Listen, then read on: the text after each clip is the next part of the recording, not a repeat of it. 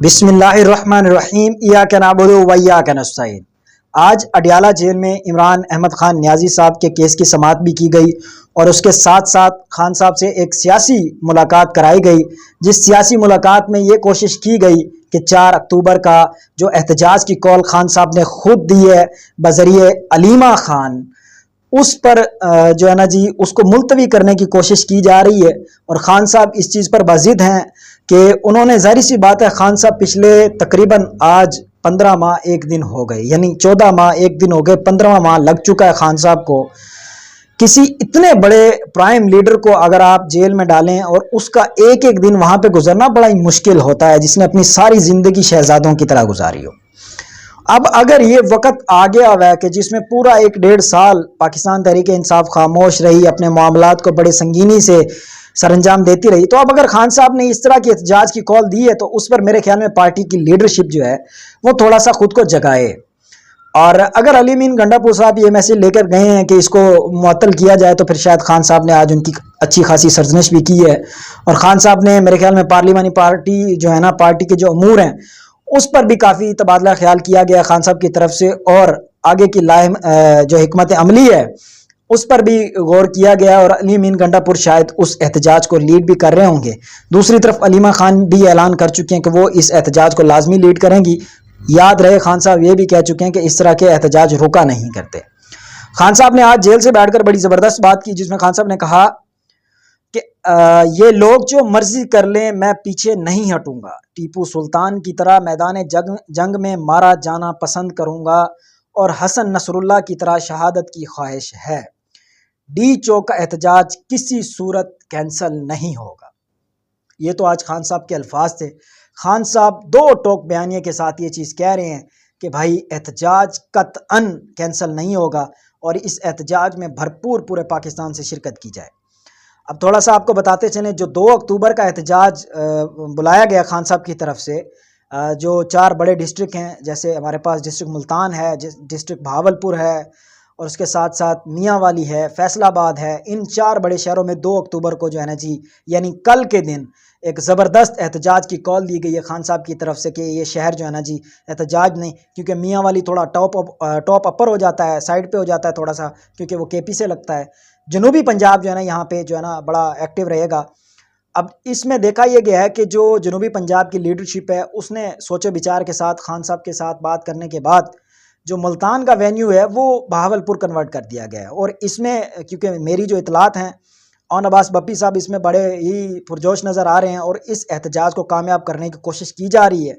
और जो डाउन पंजाब है यानी जनूबी पंजाब जो है वो सारा इस वक्त मेरे ख्याल में इस वेन्यू पर इकट्ठा हो सकता है, क्योंकि जो बहावलपुर है उसको ऑल ओवर पंजाब कनेक्ट कर देता है।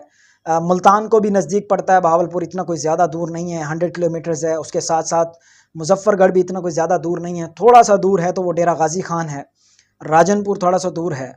और उसके साथ साथ फिर बहावलपुर में आपके पास उच्च शरीफ आ जाता है, आपके पास रहीमियार खान है, खानपुर है, विहाड़ी है, आपके पास खानेवाल है, आपके पास मियाँ चन्नू है, आपके पास भावल नगर है, उसके साथ आरिफ वाला है, आपके पास लोधरा। ये काफ़ी सारे शहर हैं जो अगर इकट्ठे हो जाते हैं जनूबी पंजाब, क्योंकि इस दफ़ा जनूबी पंजाब ने तकरीबन वोट जो है ना पाकिस्तान तहरीक इंसाफ को दिए, पर मसला ये था कि यहाँ से जो लोटों की तादाद थी वो कुछ ज़्यादा थी और उन्हीं को जितवाया गया था। अब देखना ये कि कल का एहतजाज किस हद तक कामयाब होता है, और मेरी कोशिश होगी, क्योंकि मेरा ताल्लुक जनूबी पंजाब से है और मैं इस जो है ना एहतजाज में भरपूर तरीके से शिरकत भी करूँगा और इसकी कवरेज भी करूँगा, ताकि लोगों को हम दिखा सकें कि किस हद तक लोग इस एहतजाज में शरीक हुए। और उसके साथ साथ आज जो सुप्रीम कोर्ट ऑफ पाकिस्तान में हुआ वो आप सब लोग अच्छी तरह इस वक्त जानते हैं, क्योंकि एक कानून इस चीज़ की इजाज़त नहीं देता कि जब एक जज ने एक स्टैंडिंग बेंच के अंदर माजरत नहीं की, जिसने केस सुनने से माजरत नहीं की बल्कि उस बेंच में बैठने से माजरत की, क्योंकि प्रैक्टिस प्रोसीजर एक्ट जो है उसमें एक बहुत बड़ा खलल पैदा करने की कोशिश की गई है। क्योंकि प्रैक्टिस एंड प्रोसीजर एक्ट, उसमें जो नई कमेटी बनाई गई जिसमें आप यूँ कि जस्टिस मुनीब अख्तर को निकाल दिया गया, जस्टिस याया अफरीदी को भी साइड लाइन किया गया, और फिर उसमें जस्टिस अमीनुद्दीन खान को अपनी मर्ज़ी से ले आए चीफ जस्टिस काजी फाइज़ ईसा साहब। उस पर जस्टिस मंसूर अली शाह साहब काफ़ी बरहम हैं। आज काजी फाइज़ ईसा साहब ने नया बेंच तश्कील भी दे दिया ऑटोमेटिकली जनाब जस्टिस मुनीब अख्तर साहब को साइड लाइन किया और उन्होंने जस्टिस नईम अख्तर अफ़गान साहब को लेकर आ गए और उसके साथ साथ आज उस केस की समाअत भी कर ली। सर सवाल ये पैदा होता है, आप इतना डेस्परेट हैं क्यों? ठीक है, मैंने आज तक इस हद तक की बात नहीं की कि सुप्रीम कोर्ट के जो चीफ जस्टिस हैं वो इस हद तक जानिबदार हो गए हैं कि वो इतनी जल्दी में है, इतनी खुदगर्जी में है, इतनी लालच में है कि वो ये चाहते हैं कि किसी ना किसी तरह उनको एक्सटेंशन मिल सके। सर देखें, ये जो तरीके हैं ये अच्छे नहीं हैं। आपके पास काफ़ी सारी ऐसी दरखास्तें मौजूद हैं जिनको मेरे ख्याल में अर्जेंट बेस पर अगर सुना जाता तो पाकिस्तान के आज मौजूदा हालात ये ना होते। आपने जिस तरह इलेक्शन कमीशन को प्रोटेक्शन दी, आज पाकिस्तान के ये हालात ना होते। आज पाकिस्तान में जिस हद तक आईनी बदहाली हो रही है उस सब के जिम्मेदार हमारे जो चीफ जस्टिस हैं वही हैं, क्योंकि उनको चाहिए था कि वो इनके खिलाफ एक्शन लें, बट उन्होंने इनको प्रोटेक्शन दी। क्योंकि जैसे इमरान अहमद खान न्याजी कहते हैं ना कि इन्होंने जो है ना जो तहफ़्फ़ुज़ात दिए हैं इलेक्शन कमीशन को, वो जो प्रोटेक्शन दी है इलेक्शन कमीशन ऑफ पाकिस्तान को, वो शायद आज तक पाकिस्तान की तारीख़ में कभी नहीं हुआ।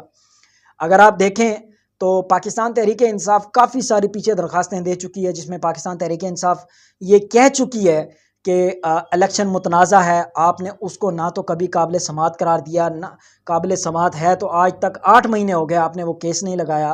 पीटीआई का बल्ले का निशान आपने छीना हुआ है। आपने बहुत सारे ऐसे केसेस हैं जो कि सुनने थे, जो कि बहुत ज़्यादा इम्पोर्टेंट थे, आपने उनको तरजीह नहीं दी। आप इस चीज़ को तरजीह दे रहे हैं जो कि एक ज़बरदस्त आइन बनाया गया आर्टिकल 63A।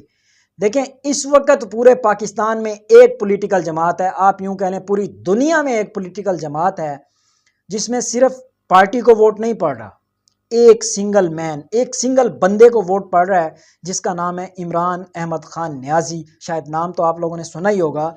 उस बंदे को वोट पड़ रहा है तो एक आर्डिनेंस या एक कानून में तरमीम की गई जिसमें यह किया गया कि जो पार्टी से मुनहरफ होंगे उनका वोट काउंट नहीं किया जाएगा। तो सर आप मुझे ये बताएं, जब एक बंदा कंपेन ही पार्टी के उस पर करता है, इसको काबिल समाअत ही नहीं होना चाहिए। आर्टिकल 63A को काबिल समाअत ही नहीं होना चाहिए मेरे व्यूज़ के मुताबिक। बाकी देखते ही हैं कि आप इसका फ़ैसला क्या करते हैं, बट जितनी डिस्प्रेशन में आप नज़र आ रहे हैं, जितनी जल्दबाजी में हैं आप, मैं ये समझ सकता हूँ कि आपके पास सिर्फ 23 दिन बाकी रह चुके हैं।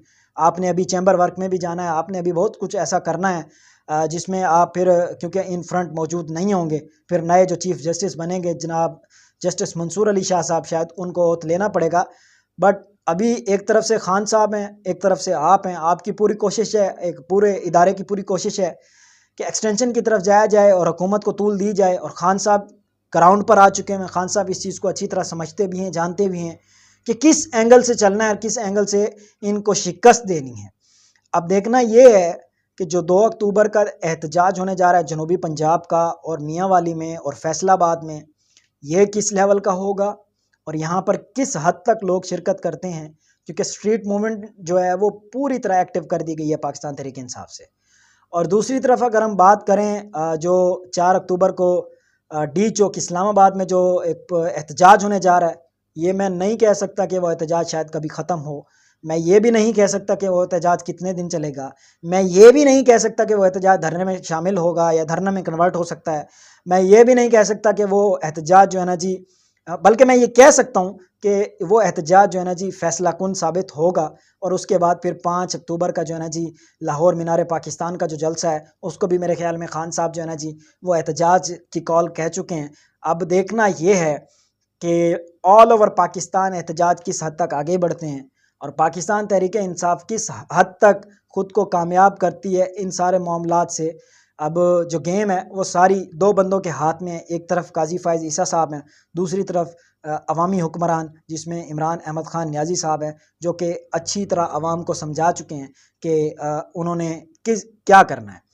अब मैं थोड़ी सी आखिरी बात करूँगा जिसमें ये लाजमी है पाकिस्तान के लोगों के लिए कि खान साहब कभी भी ये आपको जेल के अंदर से बैठ के नहीं कहेंगे कि आप बांग्लादेश की तरह रूप इख्तियार करें, आप निकलें, आप सड़कें बंद करें, आप इदारों के ख़िलाफ़ आएँ, आप यानी आप यूँ कह लें कि आप हुकूमती इदारों के ख़िलाफ़ आएँ जो हुकूमती इदारे ये कोशिश कर रहे हैं कि इस फार्म 47 की गवर्नमेंट को तूल दी जाए। तो इसमें जो है ना जी मेरा नहीं ख्याल कि खान साहब इस तरह को कुछ करेंगे। खान साहब आपको पुरअमन रहने की बात करेंगे, खान साहब आपको एक तरीक़ाकार से चलने की बात करेंगे, और ज़रूरी नहीं होता कि आप किसी भी चीज़ में एक तसादुम दिखाया जाए। एक पावर शो होता है, पावर शो का मतलब ये होता है कि आपने आके मौजूद होके दिखाना है कि सर हम इतने पाकिस्तानी हैं जो हम ये चाह रहे हैं। अभी मेरे ख़्याल में पूरे पाकिस्तान को निकलना चाहिए, और मेरे नहीं ख़्याल कि पाकिस्तान के 90% लोगों को इस वक्त एतमाद होगा जनाब चीफ़ जस्टिस ऑफ पाकिस्तान या हमारा इलेक्शन कमीशन पर या हमारे वज़ीर-ए-आज़म पर। लोगों को खुद ही निकल जाना चाहिए, किसी की कॉल की वेट ही नहीं करना चाहिए। लोग खुद इनकलाब की तरफ आएँ, अगर लोग ये समझते हैं तो। अभी तक के लिए इतना ही, अपना ख़्याल रखिएगा, और मेरी इस वीडियो को लाज़मी लोगों तक शेयर भी करें, कमेंट भी करें, और मैं ये ख्वाहिश करूँगा कि इस वीडियो पे एटलीस्ट कम से कम और नहीं तो 10 से 15 हज़ार व्यूज़ आने चाहिए, और लोगों की एप्रिसिएशन भी आनी चाहिए, ताकि मैं अपने काम को और आगे बढ़ा सकूँ। अभी तक के लिए इतना ही। अल्लाह हाफ़िज़।